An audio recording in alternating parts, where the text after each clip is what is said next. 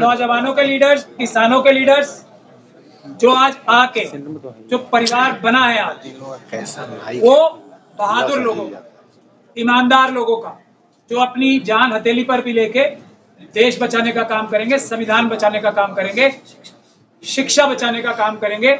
ये उन लोगों का परिवार बना है। इसका मकसद दो, और वो मकसद एक ही है कि इस देश में कोई भी ऐसी सरकार कभी ना बन पाए जो संविधान के खिलाफ हो, जैसे आरएसएस और बीजेपी संविधान की धज्जियां उड़ा के सरकार बनाए हुए हैं। ये लोग वो है, ये परिवार वो है जो ना सिर्फ बीजेपी को हराने के लिए काम करेगा, बल्कि ये भी इंश्योर करेगा कि जो समाज के वीकर सेक्शंस हैं, एससी, एसटी, ओबीसी और माइनॉरिटीज के लोग हैं, उनके हक अधिकार भी साथ के साथ पैरेलली सुरक्षित किए जाएं।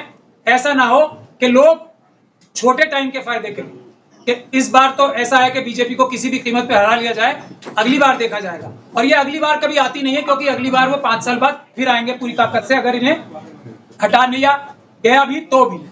तो इसलिए एक पहल ऐसी बहुत जरूरी है जो परिवार बने। वो परिवार आज बनने की कगार पर है। मैं समझता हूं परिवार बन भी गया है, बन भी चुका है, और ये परिवार इंश्योर करेगा कि कोई भी पॉलिटिकल पार्टी, चाहे उसके हाईकमांड के चारों तरफ भी आरएसएस अपने एजेंडा घुसा दे, अपनी जो उसकी आइडियोलॉजी है संविधान के हिसाब से उसको डाइल्यूट ना कर पाए। ये हम उस तरह के वॉचडॉग बनना चाहते हैं। किसी भी हालत में, किसी भी कीमत पे, चाहे कितने भी एजेंट्स आरएसएस अपनी सब पॉलिटिकल पार्टीज में घुसा दे, हम वॉचडॉग बन के हम खड़े रहेंगे, ताकि आरएसएस के संविधान के विरोधी एलिमेंट्स को उन पार्टियों से भी आइडेंटिफाई करके निकलवाएं। ये हमारी जिम्मेदारी है। अगर ऐसा नहीं होगा तो हम लोग नी जर्क रिएक्शन करके एक बार बीजेपी को हराते हैं, उसके बाद फिर दोबारा वो ज्यादा ताकत से आते हैं और उससे ज्यादा जुल्म करते हैं। तो ये देश के हित में जो परमानेंसी आएगी ना, और परमानेंटली आरएसएस और बीजेपी जैसी जो ताकतें हैं, जो परमानेंटली बाहर करने का जो रास्ता है, वो यही रास्ता है। इसके अलावा कोई रास्ता, हम सब लोगों ने बैठ के इतना सर खपाया कि क्या कोई और भी रास्ता निकल सकता है, तो सभी ये लोग बोलते हैं कि बड़ी बड़ी पॉलिटिकल पार्टीज के अंदर तक आरएसएस के लोग बैठे हैं, तो उनको कौन पकड़ेगा? उनको ये फ्रंट पकड़ेगा, ये परिवार पकड़ेगा, और सब पॉलिटिकल पार्टी को मजबूर करेगा संविधान के रास्ते से चले। हम लोग 2 दिन के अंदर एक और क्लोज डोर मीटिंग करने वाले हैं। ये परिवार बन चुका है। इस परिवार की ये भी आज मौलाना और सब लोगों ने हमने फैसला किया है कि हम लोग कितना भी बड़ा परिवार बना लें, चाहे जैसा मौलाना ने कहा है जो इंडिया गठबंधन भी है वो भी हमारे साथ आ जाए, तब भी अगर ईवीएम है तो हम चुनाव नहीं जीत पाएंगे।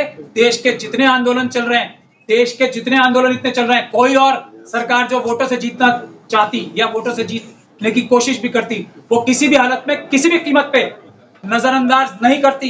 ये डॉक्टर रितु खड़ी है, वो किसान बैठे हैं, ये ईवीएम का इतना बड़ा आंदोलन चल रहा है। तो आप लोगों को ये ध्यान रखनी चाहिए बात, ईवीएम को हटाना भी इस देश की उतनी ही बड़ी जरूरत है जितना हम सब लोगों का परिवार में इकट्ठा होकर आरएसएस और बीजेपी को हटाना। उसके लिए 2 आंदोलन, एक कल 25 तारीख को है, हम सब उसमें जाएंगे, और एक यूनिवर्सिटी में जो आंदोलन चल रहा है वो भी सब, ईवीएम का तो मुद्दा सबने समझ लिया है ना।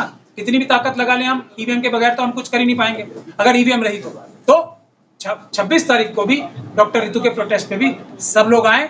हम लोग ईवीएम भी हटाएंगे, और ये परिवार आरएसएस और बीजेपी को भी, और उसके सोच रखने वाले सभी अनासिर को परमानेंटली देश से खत्म करेंगे, ताकि वो दोबारा कभी भी सरकार ना बनाए।